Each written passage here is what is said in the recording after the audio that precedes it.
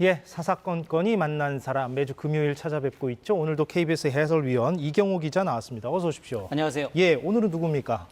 서울에 있는 한 교회 목사님인데 20년째 이 무료 우유 배달을 통해서 독거노인들의 안부를 확인하는 분입니다. 아, 우유 배달을 통해서 독거노인들의 안부를 예. 확인한다. 예, 어떻게 뭐 한다? 우유 배달 예. 받으시는 분들 알겠지만 문 앞에 주머니 있지 않습니까? 예, 예. 거기에 우유를 넣는데 이렇게 사라지면 드시고 계신 거고 사라지지 않고 다음에 왔는데 또 있으면 문제가 있구나 해서 이제 곧바로 연락을 통해 가지고 안부를 확인하는 그런 절차를 하는 건데요. 20년째 하고 계신데 직접 만나서 한번 이야기 들어봤습니다. 네. 호영한 목사가 담임 목사로 있는 교회는 예전에는 서울에서도 유명한 달동네였던 곳입니다.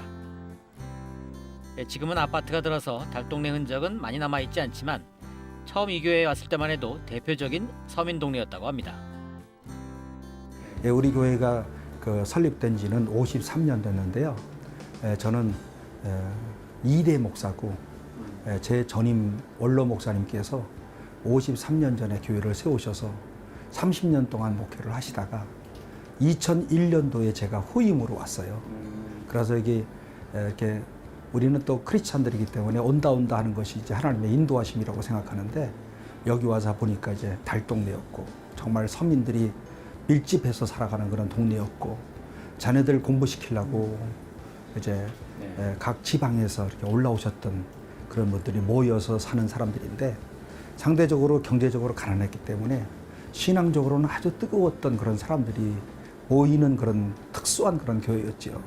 그때 이제 우유 배달을 통해서 이제 어르신들의 안부를 묻는 이런 일을 해보자라고 하신 게 이제 2003년으로 알고 있는데 당시 어떻게 그런 결심을 하시게 되셨던 건가요? 그러니까 여기 와서 보니까 사람들이 전부 이렇게 주로 노인들도 많고 그러니까 골다공증으로 인해서 영양 보충이 참 안 되는 것 같다 하는 이런 느낌을 받아가지고 그래서 할머니 할아버지들이 그 골다공증으로 힘들다고 저한테 얘기를 해서 제가 그분들에게 우유를 좀 드리면 되겠구나 이렇게 싶어가지고 우유를 드리는 그런 시발점이 됐지요. 예, 저렇게 시작을 한 건데 네. 비용 마련이 뭐 어떻게 되고 있는지도 궁금하네요. 처음에는 아이디어만 있었는데 그 돈을 이제 무료 배달을 하려면 초기 비용이 있어야 되는데 예. 그것을 구하지 못했는데요. 뜻하지 않게 이제 친족 중에 한 분이 도와주시게 됐고요. 그 후에 또 계속 하다 보면서 직접 이 효과를 느끼면서 또 여러 가지 후원자들도 생기고 기업들도 후원하게 되면서 우유 배달이 계속 늘어났다고 합니다. 계속해서 한번 얘기 들어보시죠. 예. 그래서 이제 그 돈이 참 없어가지고 어떻게 할까 이렇게 걱정을 하다가 마침 우리 가까운 친척 가운데 우리 처남인데 그분이 좀 이렇게 옥수동에 어려운 사람들을 위해서 자기가 좀 돈 좀 내겠다고 그러시더라고요. 그렇게 해서 우유 배달이 시작된 거죠. 우유 배달을 하고 또 이 교회에 와서 가난한 사람들을 바라보면서 찾아가잖아요. 제가 가서 가면 예컨대 이렇게 나무 침대 위에다가 이불을 놓고 그 다음에 비누를 싸고 그 위에 누워 있는 노인들 그리고 왜 비누로 쌌는지 이해가 가시죠? 모르겠는데. 그건 이제 소변, 대변 이렇게 자주 가리지를 못하니까 그 치우기가 힘드니까 비누로 싸놓으면 빨리빨리 치울 수가 있는데 냄새는 엄청 날 거 아니에요.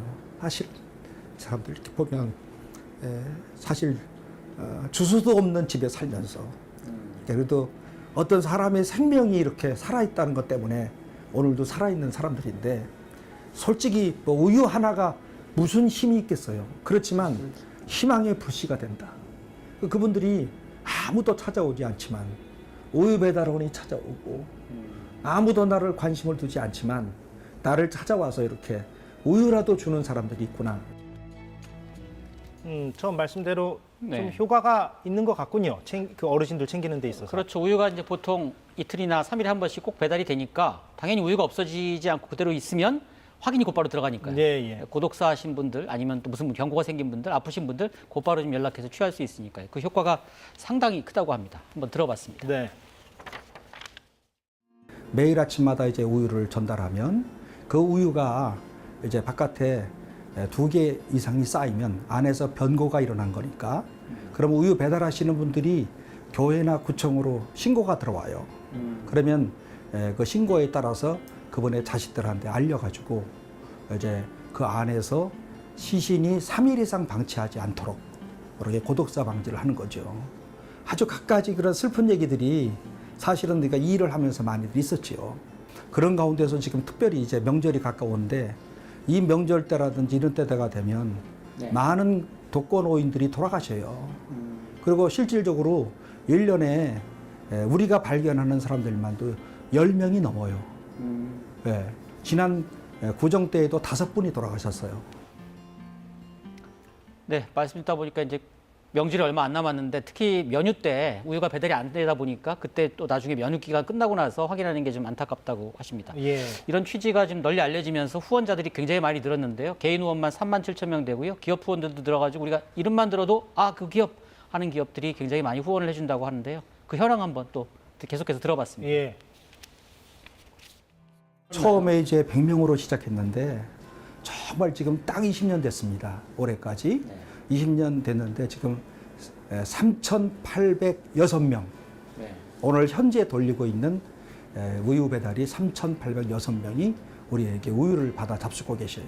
서울에 25개 구, 각 구마다 150가구를 기준으로 해서 서울의 모든 구들을 다 돌리고 있고요. 부산의 일부 지역, 대전의 일부 지역, 기업이 한 20개 기업에서 후원하고요. 그 다음에 이제 개인 후원은 어저께까지 27,000명이 개인 후원을 하고 있는데 우리가 아시는 것처럼 TV나 신문에 후원해 주세요라고 광고한 적 한 번도 없고요. 그냥 이렇게 자발적으로 이렇게 입에서 입으로 전달돼 가지고 후원하는 것으로 보아서 아마도 우리는 하나님을 믿는 사람들이니까 하늘의 도우심이다. 예. 근데 이제 민간이 아니라 정부가 해야 할 일인 것 같다는 네. 생각도 한편으로 좀 들기도 하는데. 사실 뭐 호영한 목사가 처음엔 개인적으로 시작했는데 나중에 이제 일이 커지면서 지금 사단법인도 만들고 했는데 보통 사단법인 만들면 뭐 우리 시민단체고 이런 좋은 일 하니까 후원 좀 받자 이렇게 정부에 요청을 하기도 하는데 원칙 하나가 있다고 합니다. 절대 정부에 후원 요청하지 않고 후원자들의 순수한 자발적인 후원으로만 유지된다고 하는데요. 그 얘기 왜 그런지 한번 이야기 들어봤습니다. 예. 이 출발 자체가 신앙으로 출발을 해서 후원자들도 국가로부터 우리가 돈을 받아서 하려는 마음이 아니고 후원자들이 주는 후원이 들어오는 것만큼만 100% 다 쓴다. 출발 자체가요. 일반 사단법인하고는 다른 점은 사단법인들은 이렇게 설립을 하고서는 국가로부터 돈을 받으려고 노력하지만 우리는 국가로부터 돈을 받으려고 노력하지 않아요. 저는. 왜냐하면 주시는 만큼만 한다. 하는데도 돈이 넘치게 막 들어와요. 이사장인 제가 월급 안 받고요. 이사장 겸 제가 상임이사거든요. 법적으로. 그런데 법적으로 돈을 받을 수 있지만 저는 돈을 받지 않아요. 그래서 제 봉급은 빵원이에요. 그리고 또 행정 직원이 한 명밖에 없어요. 그러면은 우리의 모든 그런 후원하는 사람들의 99%를 그대로 우유를 구매하는 데 쓰는 거예요. 네, 처음에 시작할 때만 해도 사실 고독사 문제가 그렇게 심각하지 않아가지고 어르신들 건강 챙기기 위해선 우유 들이시면 골다공증 예방되겠다 시작했는데 어느 순간 이제 고독사 문제 심각해졌고요. 또 그럼 여기서 더 중단하는 건이 아니라 계속 확대해서 나중에는 사실 지금 남북 관계 좋지 않지만 북한의 어린이들을 위한 영양 공급 이런 계획까지 갖고 계시다고 하는데요. 그 얘기도 한번 들어봤습니다. 네. 고독사 문제가 20년 전만 해도 아무런 고독사라는 단어조차도 생소했었는데 지금은 아주 큰 사회적 문제가 되어서 이 고독사 문제 때문에 제 나름대로 오늘 또 이렇게 KBS와 같은 이런 아주 좋은 방송이 저를 취재하고 있지 않겠습니까? 또 동시에 오늘 우리가 매스컴을 통해서 보는 것처럼 북한의 어린이들까지도 영양 부족을 위해서 걔네들은 고독사가 아니라 우리가 북한에 길이 열리면 어린아이들에게 우유를 좀 전달했으면 좋겠다 하는 마음으로 기도하고 있고 우리가 20년 동안에 100가구에서 4,000가구로 늘었다는 것은 기적인데 또 보이지 아니하는 하나님의 손길이 우리를 돕지 않겠나 하면 이런 비전들을 꼭 성취할 수 있을 거라고 생각해요. 예, 잘 봤습니다. 예, 이경호 해설위원이었습니다. 오늘 사사건건 여기까지 하겠습니다. 아시다시피 내일 항저우 아시안게임 개막식이 열립니다. 다음 주에 KBS 중계방송이 마련돼 있어서 저희 사사건건은 추석 연휴를 지나서 다시 시청자 여러분을 찾아뵙겠습니다. 오랜 시간 쉬는 만큼 저를 포함한 제작진이 더 알차게 준비해서 좋은 내용으로 다시 돌아오겠습니다. 추석 연휴 뒤에 뵙겠습니다. 고맙습니다.